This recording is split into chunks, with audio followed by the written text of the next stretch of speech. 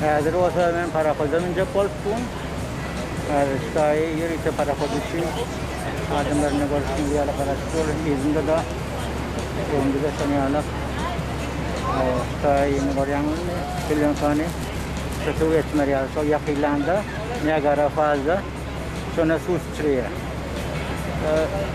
Yani kötü yağını yağıyor sanıyalak. Şimdi ben hazır coğrafyasını görkadayım. Hazır stayını koruyanın sonra parakoda bilmiyorum.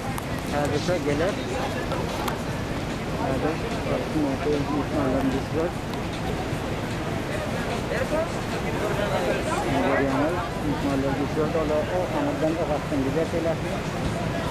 Adam ben de insanlar ne yapmaya açan koşuyor. Arada arada durup yürüyüşe ayağını kanada tarafta ayağını Amerika tarafta yürüyüşe şanla varan düşürdüm.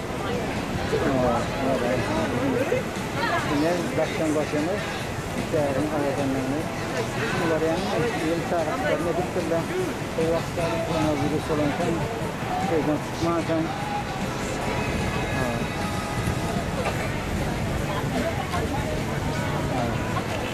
diyeceğim kavlası, önce bunu açıldı. Bahçede ilgili yaşlarım. Kanada devletinin kulübelerin 30 doların Amerikan doları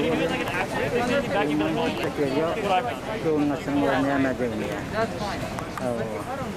hem bana da yakın mesela hem bana da mızanını sağ olsun, başına sık olsun, köyde duşaydı.